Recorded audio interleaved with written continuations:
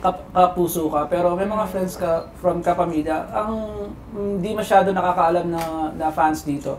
You used to be a Star Magic talent. Yes. Your batch 11? Oo, kabatch ko sila Pauline Luna, si Paolo Paraiso, sila Carla Humphries, yan. Anime, sila sila John Wayne, sila Raver.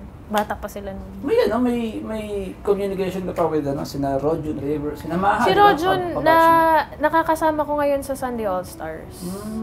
Tapos sila Maha hindi na masyado. Minsan nakikita kami kapag out of town shows sa eroplano, gano'n. Kumusta naman?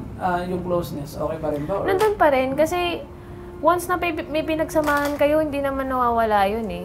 'Di ba? Para na lang kung meron kayong issues before. May ilangan. Pero so far wala naman akong naging ganun problema. Sa showbiz, no, walang. Ikaw kasi parang nakikita namin ang parang circle of friends mo, ano ba 'yun? Parang lang sa in a circle with indie circle lang ba or with the band circle? Hindi masyado sa showbiz no? Depende. Kapag naman kasi nagkaroon ako ng connection sa tao, regardless of kung saan siya galing, kung indie ba siya o mainstream siya, basta may certain connecting factor kami. Kumbaga, okay lang eh. Parang kayo nila parang last time nakausap ko si China. Oo, si China, kasi nakatrabaho ko siya sa Dading. So nagkakwentuhan kami tungkol sa mga proseso ng buhay, sa mga napabayaang pangarap. #hugot. Oo.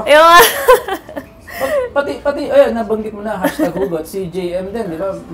Yun ang mga kaibigan mo, mga malalalim na tao din. Well, si Al Chris kasi, yung si kapatid Al ko, Chris, mas madalas silang nagkakasama. Syempre, kapag lumalabas, ako nakikisama.